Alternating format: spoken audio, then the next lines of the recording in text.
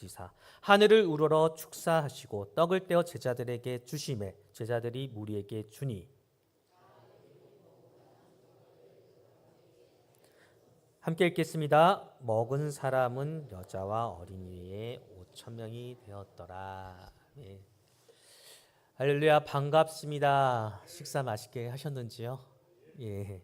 요즘에 좀 날씨가 좀 많이 괜찮아진 것 같아요. 물론 이제 비가 좀 많이 오긴 한데 비는 많이 오지만 더위는 좀 괜찮아지지 않나 생각이 듭니다. 오늘 이 자리에서 은혜 많이 받고 돌아가는 시간 되길 소망합니다. 마태복음은 오늘은요. 마태복음 14장, 우리가 너무나도 잘 알고 있는 이야기죠. 이 오병이어 이야기. 오병이어 이야기를 통해서요. 모자람의 은혜라는 제목으로 하나님께서 우리에게 허락하시는 그 은혜를 확인해 보고자 합니다. 제가 한번 보니까요. 계신 분들 살펴보니까 오늘 이 자리에 함께 하시는 교우 여러분들께서 여기 계시는 분들은 다 이제껏 충성 봉사하셨던 분이고 또한 지금 그렇게 교회 일에 주의 일에 충성하시는 분들인 것 같아요. 어떤 분은 구역장 역할을 감당하시는 분도 계신 것 같고 어떤 분은 찬양단으로 애쓰시는 분도 계시고 전도팀으로 또한 식당 봉사로요. 예배 안내로 그리고 방송실로 또한 차량 봉사로 그 외 그렇게 보이는 자리 또는 보이지 않는 자리에서 교우 여러분들께서 사명을 잘 감당하시는 분들이 아닌가 생각이 듭니다. 맞죠? 예. 그렇게 여러분들이 잘 감당해 주셔가지고요. 오늘 이렇게 온전한 하나님께 드리는 예배를 할 수 있다고 생각이 듭니다. 늘 감사하고요. 늘 고맙습니다. 하지만요. 우리가 그렇게 주님의 일을 감당하다 보면은 충분히 그렇게 남는다라는 생각이 들지 않고 늘 부족하다, 뭔가 모자라다라는 생각이 들 때가 있다는 거죠. 그 이유가 무엇인가 하면 사역이 교회를 보면 참 많잖아요. 많은 사역들이 있는데 늘 사람이 모자라라는 생각이 듭니다. 또한 우리가 나누고 베풀어야 되는데 재정이 참 부족해요. 늘. 그리고 이제 나이가 들다 보니까요. 이전처럼 그렇게 주님의 사역을 감당할 그 건강이 모자라게 됩니다. 또 열심도 모자라죠. 열심도요. 그렇게 모자란 것 투성이다라는 거죠. 그래서요. 저는 오늘 본문인 이 오병이어의 기적 이야기, 이 교훈이 우리에게 꼭 필요하다고 생각을 합니다. 이 오병이어의 기적 이야기는요, 우리가 너무나도 잘 알고 있듯이 분명 모자랐어요. 그리고 분명 부족했어요. 그런데 그 가운데서 너무나도 주님의 큰 은혜가 충만하게 있었기 때문이라는 거죠. 그래서 저는 오늘 이 본문의 말씀을 모자라는 아름다움, 모자람 속에서 배우는 교훈, 그리고 모자람 속에서 우리에게 주시는 감사라고 말하고 싶습니다. 즉 모자란 것이 축복이라는 거예요. 모자란 것이 우리에게 축복이라는 겁니다. 오늘 우리가 읽었던 이 오병이어의 기적 이야기의 문맥을 잘 살펴보면요. 앞의 문맥과 이어 살펴보면 지금 세례 요한이 순교당하고요. 세례 요한이 순교당했어요. 순교당한 그 다음에 따라서 나오는 말씀이라는 거죠. 함께 13절의 말씀을 보도록 하겠습니다. 함께 읽겠습니다. 예수께서 들으시고 배를 타고 떠나서 따로 빈들에 가시니 무리가 듣고 여러 13절을 보니까 예수께서 들으시라고 말씀하고 있습니다. 과연 무엇을 들었을까요? 어떤 소식을 들었을까요? 세례 요한이 순교당했다라는 소식을 듣게 된 거죠. 어떤 상황이라 볼 수 있는가? 주님의 그 일꾼들이 하나둘 그렇게 붙들려 가서 순교당하는 상황이라는 겁니다. 주님의 진리가 이제 널리 퍼져야 되는 상황이에요. 그래서 어떻습니까? 일꾼들이 많이 필요한 법이잖아요. 그런데 그나마 하나 있는 큰 역할을 감당하던 그 세례 요한이요, 하나님께서 데려가셨다는 거예요. 그런 상황이라는 겁니다. 하나님께서 도대체 왜 이러실까? 지금 우리에게는 말씀이 널리 퍼져야 되는 이 상황에서 일꾼이 참 필요한 상황인데, 그런데 그나마 있는 사람마저 이렇게 데려가시면 이 사역들을 어떻게 널리 퍼뜨리고 감당할 수 있을까? 충분히 이런 생각들을 해볼 수 있지 않습니까? 그런 상황 가운데 따라 나온 말씀이요, 오늘 우리가 함께 보았던 이 오병이어의 이야기라는 거죠. 이 순서가 의미하는 것, 이 순서가요, 어떤 의미를 가지고 있을까요? 하나님께서는요, 그 대단한 세례 요한이요 없다고 할지라도 그분이 하실 일을 못하시는 분이 절대 아니다라는 거죠. 이게 바로 모자람의 축복이에요. 모자람의 축복. 오늘 이 오병이어의 기적 이야기는요, 여기서만 등장하는 게 아니라 사복음서 전부에서 다 등장하고 있어요. 그런데 요한복음을 보면 이 보리떡 5개, 물고기 2마리를 가지고 나온 장본인이 누구인가 얘기를 해주고 있죠. 교우 여러분, 누가 가지고 나왔나요? 제가 가지고 나왔나요? 예, 어린아이입니다. 그러니까 하나님이 이 5,000명을 먹이기 위해서 사용하신 그 장본인은 위대한 인물이 아니었다는 거예요. 힘이 센 어른도 아니었다는 거예요. 힘이 약하고 나약한 그 존재, 한 존재로 취급받지 못했던 어린아이를 사용하시는 거죠. 이처럼 하나님은요, 세상에서 가진 자들을 놔두고 없는 자들을 사용하길 좋아하시는 분이셔요. 세상에 강한 자를 놔두고요, 약한 자들을 그렇게 골라서 사용하길 좋아하신다는 겁니다. 교우 여러분, 여기 이렇게 앞에 서 있는 이 부족한 사람도요, 이 부족한 저도요, 하나님께서 목사로 만들어 가지고 이렇게 사용하신다는 거예요. 이렇게 사용하신다는 거죠. 그러니까 하나님께서는 누구라도 쓰신다라는 거죠. 5,000명을 먹이기 위해서 위대한 사람을 쓰신 것이 아니고요, 세례 요한도 지금 순교하고 없는 상태이고 일꾼이 부족한 상태에서 하나님은 가장 우리가 생각하기에 부족했던 그 존재, 어린아이를 들어 썼습니다. 이것이 무엇을 의미하는가? 우리 하나님께서는 인물이기 때문에 쓰는 게 아니라는 거예요. 하나님께서는 그분이 쓰셨기 때문에, 그분께서 택하여 쓰셨기 때문에 그가 인물이 되었다라는 말씀입니다. 그렇기 때문에 세례 요한이 사라지니까 하나님께서 조그만한 그 아이를 불러다가 백성들을 먹이는데 사용하셨던 거죠. 사실은요, 세상 기준으로 이것은 도무지 설명이 안 되는 거예요. 설명할 수 없는 거예요.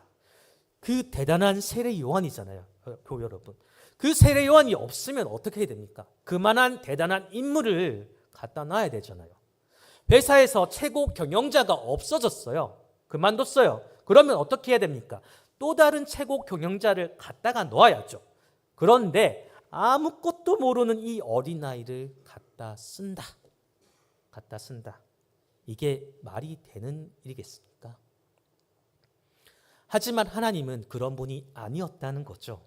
모자라는 그 가운데, 부족하면요, 그 부족한 가운데 사람을 세워 쓰시더라.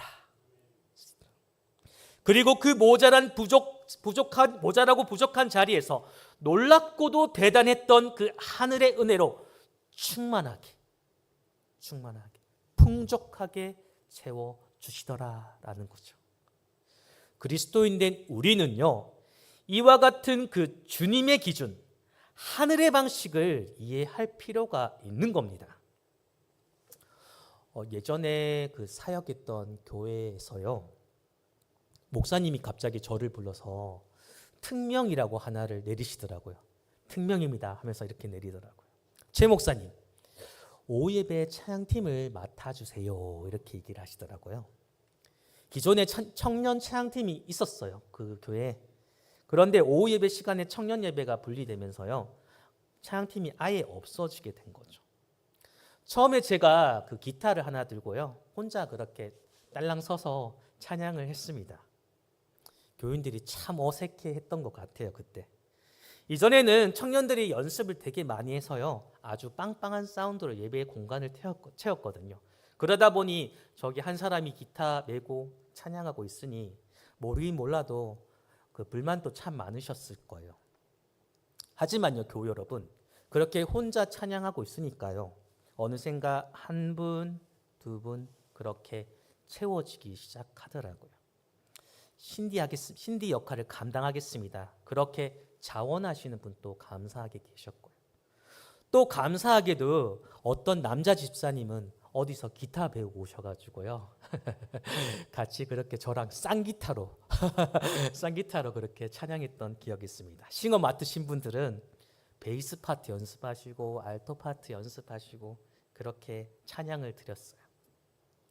처음에는 그렇게 단촐했던 찬양팀이 어느샌가 아름다운 그 하모니를 읽고요. 너무나도 주를 향한 열심이 가득한 은혜로운 찬양팀으로 서게 되었었습니다. 교우 여러분, 하나님께서는요, 인물이기 때문에 쓰시는 것이 아니에요. 그분이 쓰셨기 때문에 인물이 된다는 겁니다. 우리가 믿음을 가지고요, 내 지금의 이 자리에서 인내하고 오롯이 서 있을 때 하나님께서는요, 일하시고 부족하고 모자란 그 자리를 놀랍고도 대단한 그 하늘의 은혜로 풍족하게 채워주신다는 말씀입니다. 이러한 주님의 그 기준, 하늘의 법칙을 믿어 의심치 않는 저와 여러분이 되시길 소망합니다. 오늘 본문을 통해서 배울 것이 또 있어요. 그것은 주님의 계산법. 그 주님의 계산법은 우리의 계산법과 다르다는 거죠. 우리의 계산은 이렇죠. 2 더하기 5는 뭡니까? 교인 여러분? 7이죠.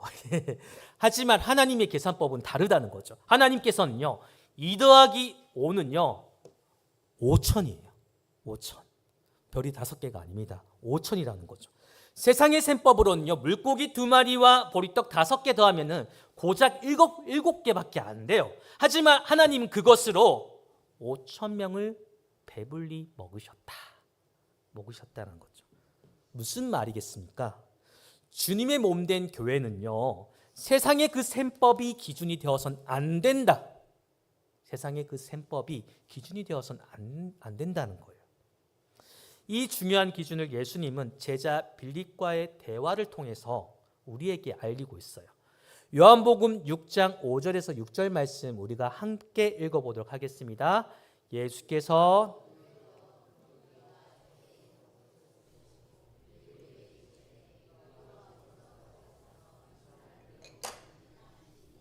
이렇게 말씀하시면 친히 어떻게 하실지를 아시고 빌립을 시험하고자 하심이라. 아멘. 예수님께서 빌립에게 물어봐요. 우리가 어디서 떡을 사서 이 사람들을 먹일까? 빌립아, 이 많은 사람들 우리가 어떻게 할까? 빌립이 참 계산이 빠른 사람이었는가 봐요.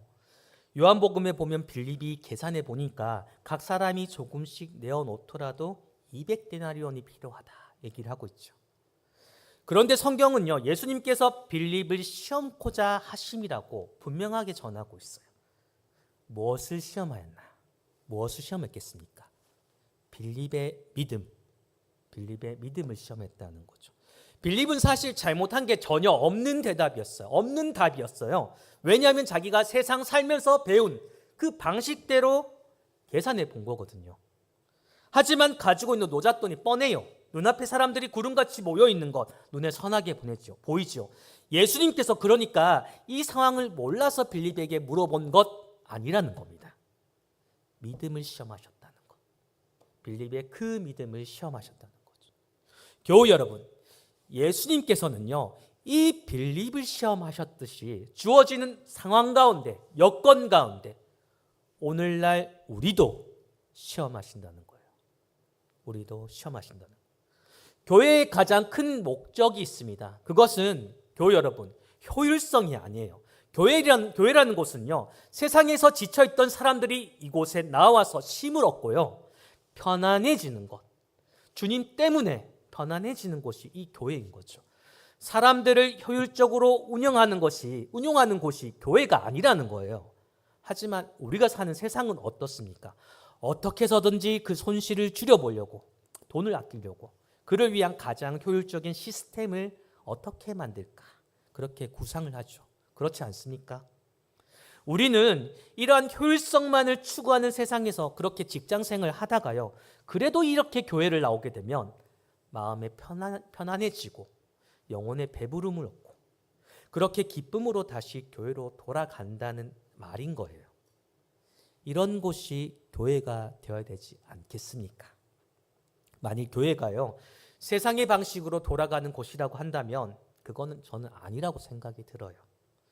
마찬가지로요, 우리가 빌립처럼 그렇게 계산만 하고 살아간다면 더 중요한 것을 놓칠 수가 있는 거예요.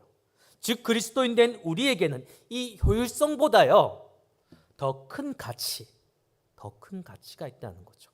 오늘 이 시간 말씀을 통해서 내가 얻게 되는, 예배를 통해서 얻게 되는 영적인 배부름, 그 배부름에 있다는 겁니다. 마태복음 14장 20절의 말씀 우리 함께 보도록 하겠습니다. 함께 읽겠습니다. 다 배불리 먹고. 우리가 잘 알듯이요, 오병이어의 기적을 통해서 다 배불리 먹고 남은 그 조각을 12바구니에 가득 차게 거두었다 얘기를 하고 있지 않습니까? 저는 이 말씀 볼 때마다요, 좀 비효율적이다라는 이제 세상적인 생각도 가끔씩 하긴 합니다. 요즘은 뭐 환경 문제도 많고 5천 명이잖아요. 남는 게 없이 딱 5천 명만 먹게 하면 되는데 뭐하러 예수님께서는 12바구니를 남게 해주셨을까? 그 이유는요, 교우 여러분, 우리 예수님은 비효율적인 분이기 때문에 그래요. 예수님의 주된 관심사는 효율성에 있지 않다는 거예요. 모자라지 않고 넉넉하게 그렇게 사람들이 배부르게 먹을 수 있도록 해줄 수 있는 것이 예수님의 관심사라는 거예요. 그래서 예수님께서 기적을 일으키는 것입니다. 그리스도인 된 우리에게는요, 바로 이런 마인드가 필요한 겁니다. 한 사람도 배고파서 돌아가는 사람이 없게 하겠다. 내 주변의 사람들 배고프지 않게 하겠다. 그런 마인드가 필요하다는 겁니다. 주님이 5천 명 먹일 양이 얼마인지 왜 몰랐겠어요? 빌립을 시험하였던 거죠. 사랑하는 제자 빌립의 계산적인 그 마인드, 세속적인 그 마인드를 고쳐주기 위해서 기적을 베푸셔서 풍성하게 넘치게 만드셨다는 겁니다. 하나님 나라에서 제일 큰 목적은요, 합리적이고 계산적인 논리에 있는 것이 아니라는 거예요. 영혼이 배부르는 것, 영혼이 배부름에 있다는 겁니다. 아오니 오늘 이 오후로 함께 하시는 교우 여러분께서 셈을 잘하는 사람이 되지 마시길 바랍니다. 주님을 따라가지고요, 비효율적인 그렇게 영적 배부름을 사모하는 저와 여러분이 되시기 소망합니다. 마지막으로요, 오늘 본문을 통해서 또 배울 게 있습니다. 배울 게 많죠. 그것은 부족하고 모자란 것, 그 모자란 내 것으로 하나님께서는요, 놀라운 역사를 만드신다는 거예요. 부족하고 모자란 내 것으로 하나님께서는 놀라운 역사를 만든다는 거죠. 떡 5개와 물고기 2마리는요, 세상 기준으로 너무나도 보잘것없고 유치한 거예요. 몇 푼 되지도 않는다는 거죠. 그저 어린아이 한 명이 한 끼 먹을 너무나도 작은 도시락이었던 거죠. 그것 가지고 어떤 일을 할 수 있겠습니까? 하지만 이런 유치한 것도요, 내가 헌신하면, 내가 하나님께 헌신하고자 그 마음을 먹으면요, 우리 하나님께서는 거룩하게 만드신다는 거죠. 그러니까 문제는요, 크고 작음의 문제가 아니라는 거예요. 내가 또한 우리가 주의 일에 헌신을 하냐, 헌신하지 않냐, 그 헌신의 문제라는 거죠. 하나님의 능력은요, 그 지식에서 나오는 게 아니에요. 물질에서 나오는 게 아니에요. 천부적인 그 재능에서 나오는 것이 아닙니다. 하나님의 그 능력은요, 대단한 그 능력은 내 모자란 것 그럼에도 주님 앞에 내어 놓겠습니다. 이 작은 희생과 헌신에서 나온다는 말씀입니다. 교회 여러분, 그렇지 않습니까? 내가 가지고 있는 작은 도시락이요, 그 정도는 우리가 힘들어도 헌신할 수 있는 것 아니겠습니까? 가진 것이 없는 사람들도요, 주님께 그렇게 헌신할 수 있다는 거예요. 하오니 이제껏 내가 주님께 그 받았던 그 사랑을 기억하시고요, 내 가진 작은 것으로 헌신할 수 있는 저와 여러분이 되시길 소망합니다. 예, 말씀을 마무리 짓고자 합니다. 2025년도가요 얼마 남지 않았어요. 그 한 해를 돌아보면 참 아쉬운 게 많은 것 같습니다. 부족한 것도 참 많았고, 돈도 모자랐고요. 네, 인격도 모자랐고, 그리고 사랑도 모자랐고요. 베푸는 것도 참 모자랐어요. 그렇게 한 해를 돌아보면 참 모자랐던 것 투성이었던 것 같아요. 하지만 주님께서는요, 이 모자람 가운데 또한 부족함 가운데요, 오병이의 놀라운 기적 이루셨음을 잊지 마시기 소망합니다. 하나님께서 더 큰 능력으로 우리에게 임하셔서 나타내 주실 것을 잊지 않게 되길 소망합니다. 더불어 교우 여러분들, 그 교회를 향한 기도와 헌신하는 그 물질, 수고했던 그 봉사들, 그 모든 것들이요, 교회의 영혼들을 베풀렸고요, 그 영혼들을 풍성하게 살찌웠던 것들을 잊지 마시기 바랍니다. 내 작은 그 헌신을 통해서 우리의 모자람을 풍족하게 은혜롭게 바꿔내시, 그 오병이어의 기적을 기대하시면서요, 남은 한 해도 또한 다가올 한 주도 그렇게